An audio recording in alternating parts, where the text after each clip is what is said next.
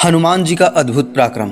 जब रावण ने देखा कि हमारी पराजय निश्चिंत है, तो उसने अपने 100 अमर राक्षसों को बुलाकर रणभूमि में भेजने का आदेश दिया। ये ऐसे थे जिनको काल भी कुछ नहीं कर सका था। विभीषण के गुप्तचरों से समाचार मिलने पर श्री राम को चिंता हुई कि हम लोग इनसे कब तक लड़ेंगे।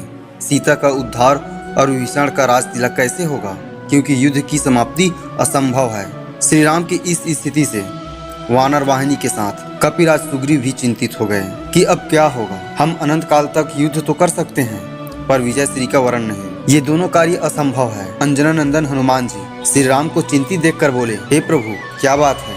आप इतनी चिंतित क्यों दिखाई दे रहे हैं? श्री राम के संकेत से विभीषण ने सारी बात बतलाई। अब विजय असंभव है। पवन पुत्र ने कहा, असंभव को संभव और संभव को असंभव कर देने का नाम ही तो हनुमान है। प्रभु, आप केवल मुझे आज्ञा दीजिए, मैं अकेले ही रावण की अमर सेना को नष्ट कर दूंगा। परंतु कैसे? ये तो अमर है। श्री राम जी ने कहा, प्रभु, इसकी चिंता आप न करें, बस सेवक पर विश्वास करें।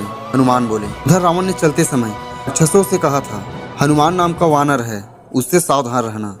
एकाकी हनुमान जी को रणभूमि में देखकर राक्षसों ने पूछा, तुम कौन हो? क्या हम लोगों को देखकर भय नहीं लगा जो अकेले चले आए? मारुति बोले, क्यों, आते समय राक्षस राज रावण ने तुम लोगों को कुछ संकेत नहीं दिया था जो मेरे समक्ष निर्भय खड़े हो? निशाचरों को समझते देर न लगी कि ये महाबली हनुमान है। फिर भी वो सोचे तो भी क्या कर लेगा, हम तो अमर हैं, हमारा ये क्या बिगाड़ लेगा। भयंकर युद्ध आरंभ हुआ।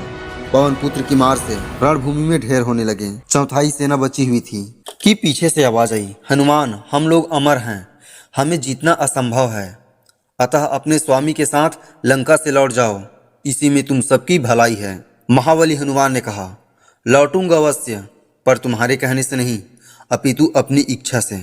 हाँ, तुम सब मिलकर आक्रमण करो, फिर मेरा बल देखो और रावण को जाकर बताना। राक्षसों ने जैसे ही एक साथ मिलकर हनुमान जी पर आक्रमण करना चाहा, वैसे ही पवनपुत्र ने उन सबको अपनी पूंछ में लपेटकर आकाश में फेंक दिया। वे सब पृथ्वी के गुरुत्वाकर्षण शक्ति जहाँ तक है वहाँ से भी ऊपर चले गए। उनका शरीर सूख गया। अमर होने के कारण मर नहीं सकते थे, अतः रावण को गाली देते हुए और कष्ट के कारण अपनी अमरता को कोसते हुए अभी जा रहे हैं। इधर हनुमान जी ने प्रभु के चरणों में आकर शीश झुकाया। श्री राम बोले, क्या हुआ हनुमान? प्रभु, उन्हें ऊपर भेजकर आ रहा हूँ। श्री राम बोले, पर वे तो अमर हैं। हनुमान कहता है, हाँ स्वामी, इसलिए उन्हें जीवित ही ऊपर छोड़ आया, अब वे कभी भी नीचे नहीं आ सकते। रावण को अब आप शीघ्र अति शीघ्र ऊपर भेजने की कृपा करें, जिससे माता सीता का आपसे मिलन और महाराज विभीषण का राज सिंहासन हो सके। पवन पुत्र को प्रभु राम ने उठाकर गले लगा लिया। वे धन्य हो गए अविरल भक्ति का वर पाकर। श्री राम उनके ऋणी बन गए और बोले, हनुमान जी, आपने जो उपकार किया है वह मेरे अंग अंग में ही जीर्ण शीर्ण हो गए हैं। उसका बदला मैं कैसे चुकाऊंगा, क्योंकि उपकार का बदला विपत्ति काल में ही चुकाया जाता है। तुम पर कभी भी विपत्ति न आए।